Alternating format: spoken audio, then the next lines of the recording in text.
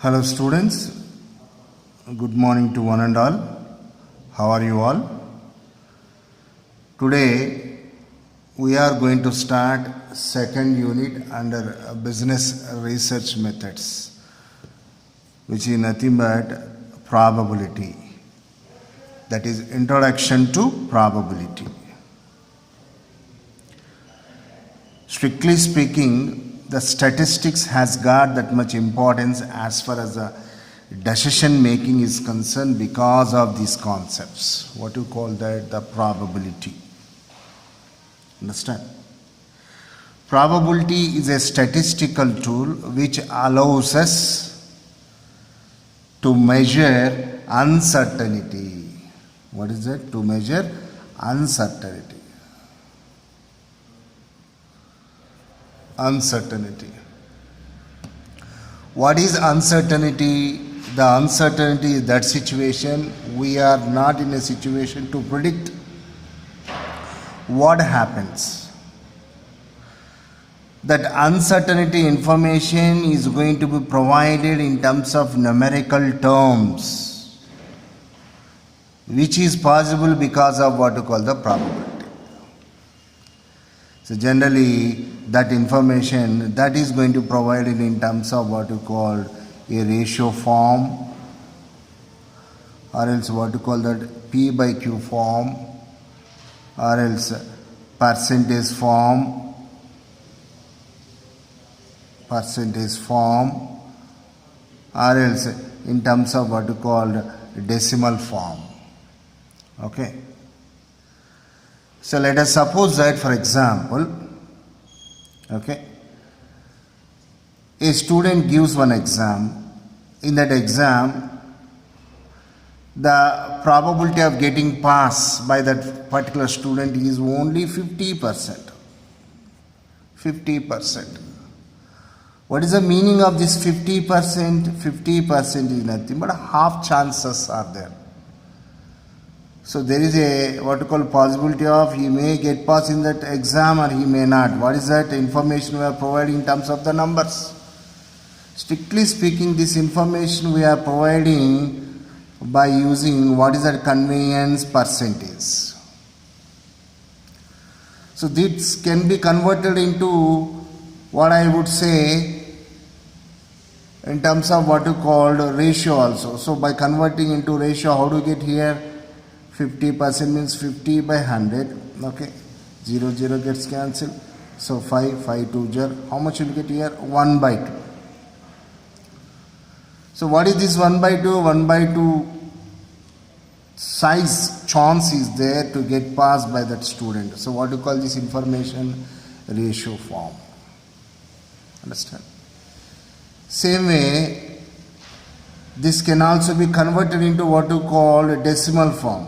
So how do we get? So 1 is there, so hence we get decimal point. So how much will we get here? So what is the answer? You are going to get 0.5.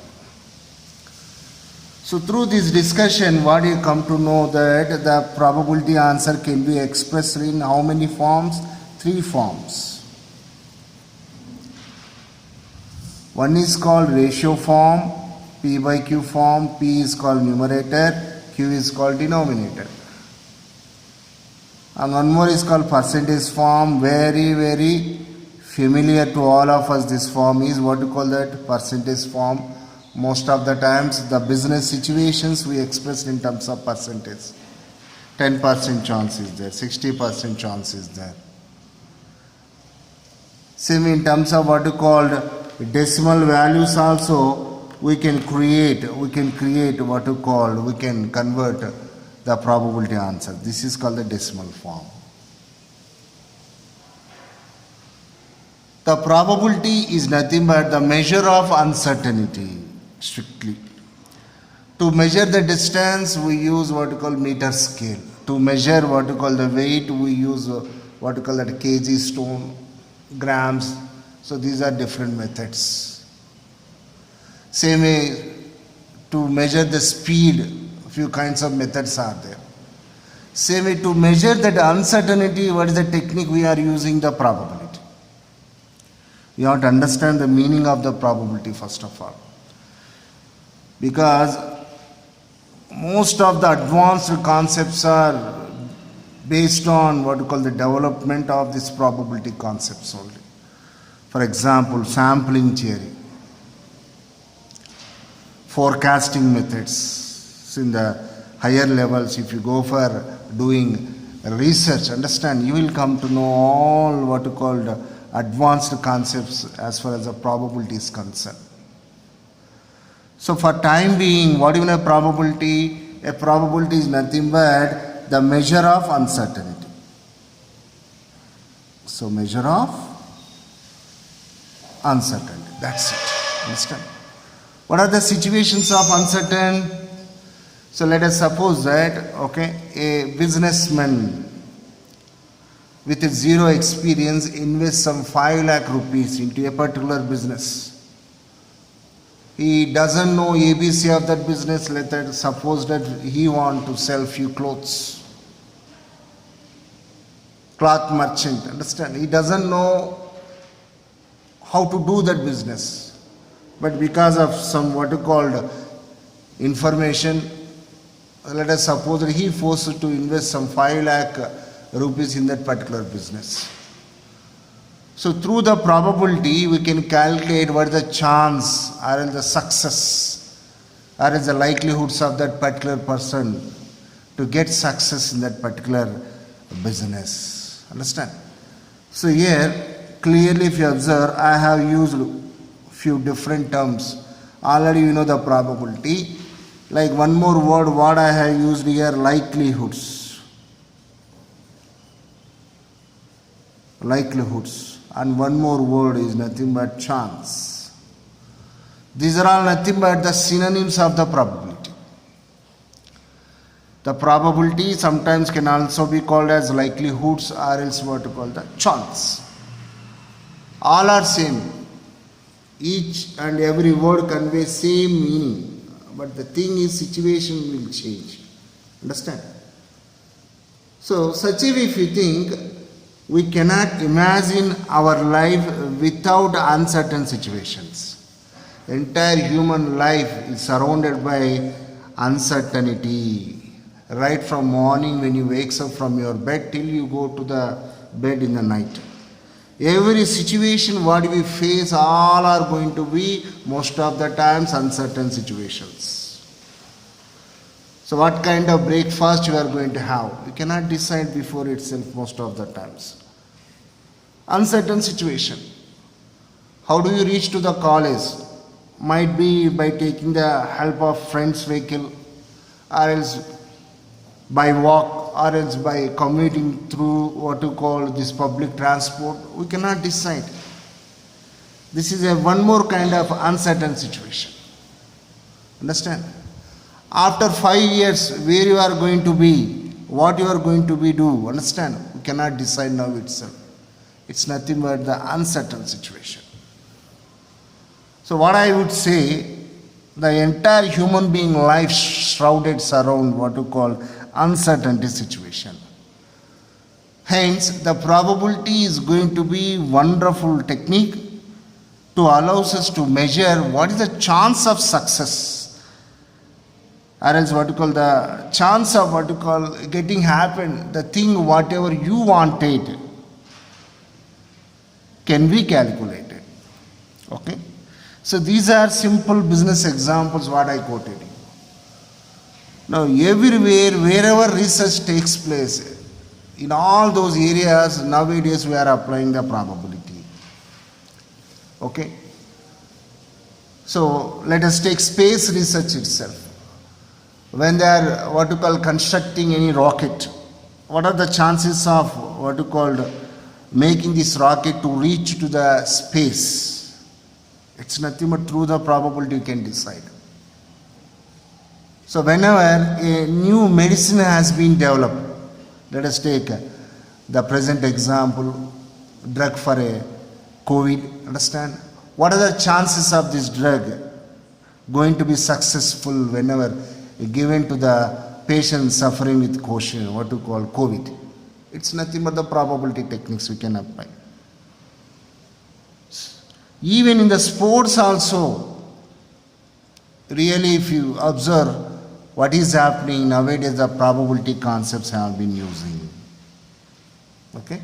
Hence, this is the right opportunity to all of you. So if you are carefully follow the lectures, understand, I am trying to give you that strong foundation which helps you throughout your future to understand the probability concepts and to make you, to equip you with better decision making. Okay? So till now, what we learned, the probability is nothing but the measure of uncertainty. That's it. Generally, the answer of the probability can be expressed in three forms. One is called the percentage form, and one more is called the ratio form, P by Q form, or else what to call this decimal form, what to call one more form in which you can express the answer. Okay. Now, after understanding what do you mean by probability, the measure of uncertainty, and also where that is going to be useful to us, and also how many forms we are going to have the final answer as far as the probability is concerned. Now we are going to understand, now we are going to become familiar with the what we called exclusive terminology as far as the probability is concerned. So strictly speaking, these are all definitions. So you have to be clearly understand, so to better to understand the probability concepts. What are the definitions? Understand? The first one is called random experiment. Random experiment. Very, very important definition. What do you mean a random experiment? So your experiment is a very familiar word to all of you. Then what do you mean a random experiment? A random experiment is an experiment in which you know all the results before itself. But at any particular point of time, we are not in a position to exactly identify what is the answer is going to be. Such a kind of experiments are known as the random experiments. Understand? Let us take for example, a coin is there. Okay, as you all know very well, generally coin means that will have two sides. One is called head and one more side what you call the tail side. When you flip the coin into the sky, is it? Now as you know very well, the answer is going to be either head or tail. But will you be in a position exactly to say that yes, when I flip the coin second time I am going to get tail?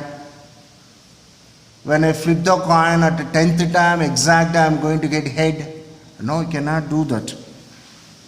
Hence, the coin tossing experiment is a best example for what we call the random experiment is concerned. Okay.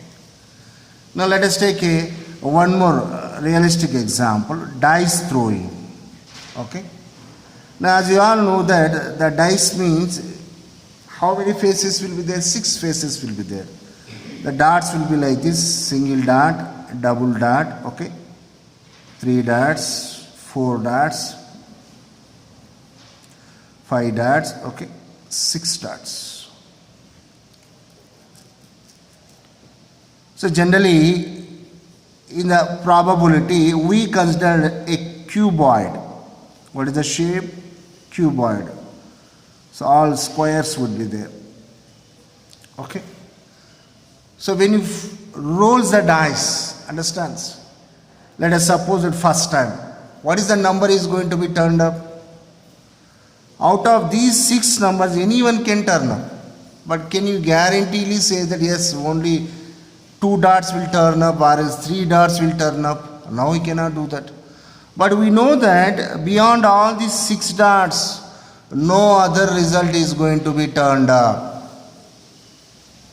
Understand? Hence, the dice throwing experiment falls under the random experiment. Okay? Now, such a way, if you think, The probability concepts are going to be applied only on those experiments which can be assumed as a random experiments. The probability concepts cannot be implemented on non-random experiments. You have to underline this. This is a very, very valid point. Okay. What do you mean by random experiment? A random experiment is that experiment in which you know all the results before itself, but at any particular point of time, you may not be in a position to exactly decide which outcome is going to take place. All such kind of experiments are called as what are called random experiments. Okay. And one more example I can quote here, which is nothing but deck of cards experiment. Deck of, or else what call pack, both are same, pack of cards. Okay. As you all know that in every deck of cards or pack of cards, 52 cards would be there. So all these 52 cards again subsegmented into first spades, hearts, diamonds, and finally clubs. Again, how many spades would be there? 13 spades would be there, 13 hearts would be there, 13 diamonds would be there, again 13 clubs would be there. This is called anatomy of the pack of cards. You have to remember this. So, out of these 52 cards, you know that 13 spades are there, 13 hearts are there, 13 diamonds are there, 13 clubs are there. But unknowingly, blindfoldedly, if you pick a card from these 52 cards, you know very well, out of these 52 cards, any one card is going to turn up. Beyond this, nothing is going to happen. But which is that card? We cannot decide. Hence, drawing a card from pack of cards or as a deck of cards is going to be a random experiment. Same, I will quote here one more example. Let us take a bowl. In this bowl, let us suppose that different color balls are there. Red color balls are there, blue color balls are there, green color balls are there. Different color balls. Let us suppose that white color balls are there. So how many colors are there? 1, 2, 3, 4. When you pick a ball, you can say confidently that any one of these color balls only you are going to pick. Beyond this, you cannot have a yellow color ball or else what is called a violet color ball, because that ball is not at all available here. But will you be in a position to say exactly now we are going to pick a red color ball or else white color ball, green color ball? No. Hence, selection of a color ball from a bowl of balls is nothing but it is considered as the random experiment. Now, might be you are all, created a doubt. Why actually these experiments only I considered? Why not other experiments? What is that? The first one is a tossing of a coin, die throwing experiment, and selection of a card from pack of cards, or else what you call selection of a color ball from what you call bowl of balls. Okay? Because most of the probability concepts have been explained by using these experiments. That's why many of the probability problems would be related to these experiments. After testing the results, whatever achieved through these experiments, what is that what you call coin tossing, die throwing, selection of a what you called pack of cards, and as well as what you called the color ball selection from the bowl, that result has been generalized. Hence, these experiments are known as the basic experiments as far as the probability concepts are concerned. Really, if you understand the mechanism, what is going to happen behind all these four basic experiments, that's all. Without any difficulty, easily you can understand all the probability concepts. Okay? What is that? Coin tossing, die throwing experiment, selection of a card from pack of cards, and selection of a color ball. Understand? So what we learned till now, we learned the first definition. What is that? The random experiment. A random experiment is that experiment in which we know the results before itself. But at any particular point of time, we cannot predict what is the result is going to be turned up. Then what is the example for non-random experiment? Let us suppose that in a bowl, one red color ball is there, one blue color ball is there. You have picked one ball and observe the color of that ball. Let us suppose that that one is a red color ball. Then what is the ball you are going to be selected next time when you go for choosing a ball? It cannot be considered as a random experiment because only one ball, that too with blue color, remained. So certainty should not be there. Uncertainty only should exist. Then only you can apply what I would say the probability concepts. Understand?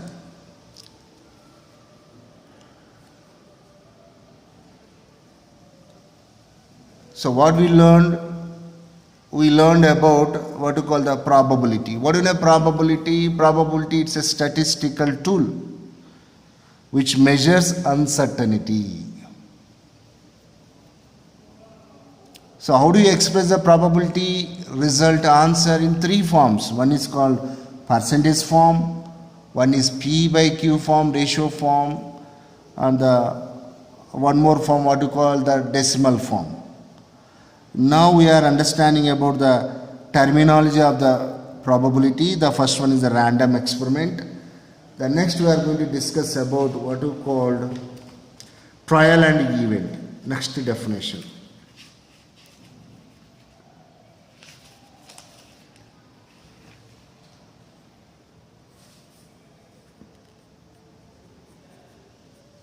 Trial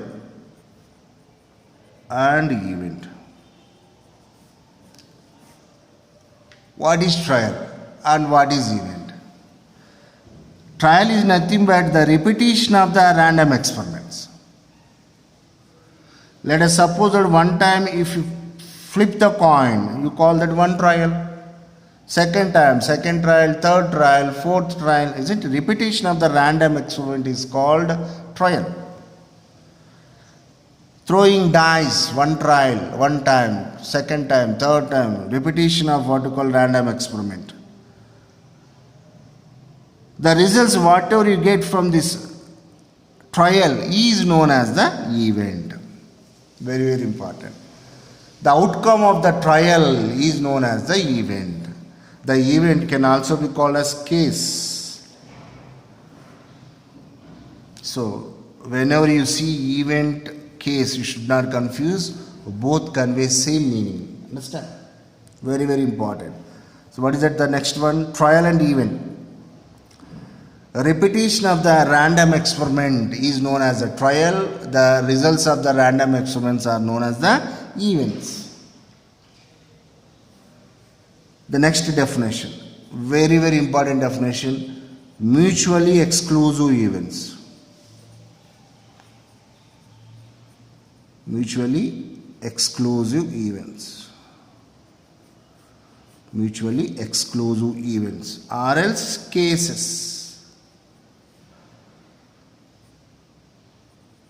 Mutually exclusive events or cases. What do you mean mutually exclusive events or the cases? Mutually exclusive events are those events in which one precludes happening or non-happening of any other event. What do you mean by that? Rules out, or else precludes. Okay? Precluding means here not allowing. Very, very important. Let us take again, I already told you, to understand every concept in the probability, we take the help of these 4 basic experiments. Understand? Let us take coin tossing experiment only. When you flip the coin, either you are going to get head or tail. Both the things will not possible at any time. Whether you continue for 10 times, 100 times, 1 crore times, innumerable times you repeat this experiment. Understand? Only considerable ways I am saying. Understand? So what do you mean by that? The head is precluding the happening or non-happening of the tail.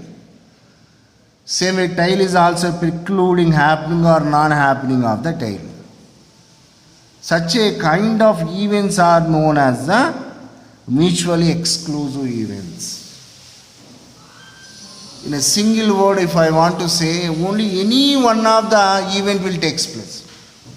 Not both the events. Such a kind of events are called as the mutually exclusive events. Same way, when you rolls the dice, understand? Out of 6 faces, you are going to get any one of the face. Either 1 dot face or 2 dot face, 3 dot, 4 dot, 5 dot or 6 dot. At no time it is possible that to have 1, 2 or 1, 3, 1, 4 kind of results. Single dice, not 2 dice, understand? Then what do you say? All the sides of the dice are mutually exclusive to each other. Okay.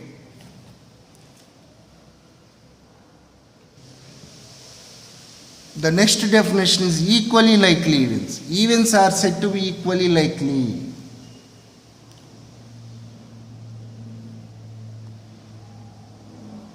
If there is no reason to expect one in preference to the other.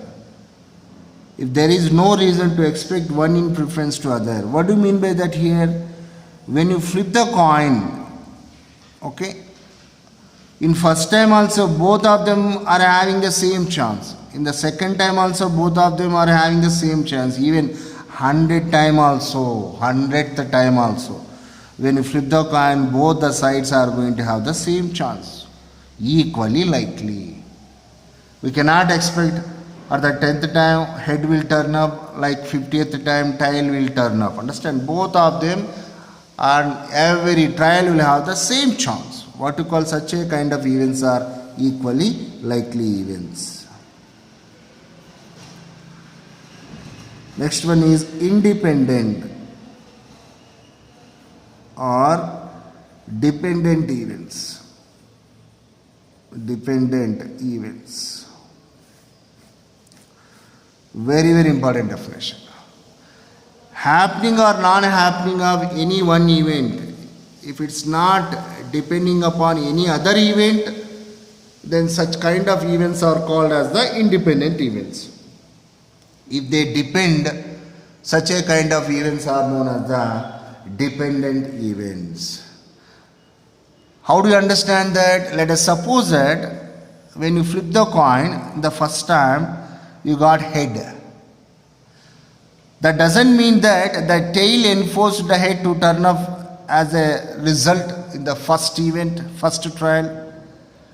Same way, let us suppose that in the second trial we got the tail as the event. Same way, head is also not enforced that trial to come up as a what to call the result of the second trial. That means head and tail, both of them are happening without any mutual influence. Such a kind of events are known as the independent events. Unlike that, if H is showing any kind of influence on the tail also showing any kind of influence on the head while turning up, then such a kind of events are known as the dependent events. Best example for dependent events is pack of cards. Let us suppose that here 52 cards are there. So when you pick the card, first card, how many overall cards are there? 52 cards are there. So by picking one card, now how many cards will left out? 51 cards. Now again in the second trial, how many cards would be there now? 51 cards, only one reduced. Again if you select one card, now how many cards would be there? 50 cards. Now again for the third trial, how many cards would be there? 50 cards. Like one card if you select, how many cards would be there now? 49. That means every successive selection of the card is going to be dependent on its previous draw. So this is an example for dependent events. Understand? So these are the basic things what we covered today as far as the probability is concerned. So what we learned, first we learned actually what do you mean by probability, measure of uncertainty. The next one is the random experiment. The third one, what we learned, trial and event. Next, what you learn, mutually exclusive events. Next, equally likely events. The final one, what we learn, independent and as well as dependent events. Okay, and now I stop here. We continue in the next class. Thank you.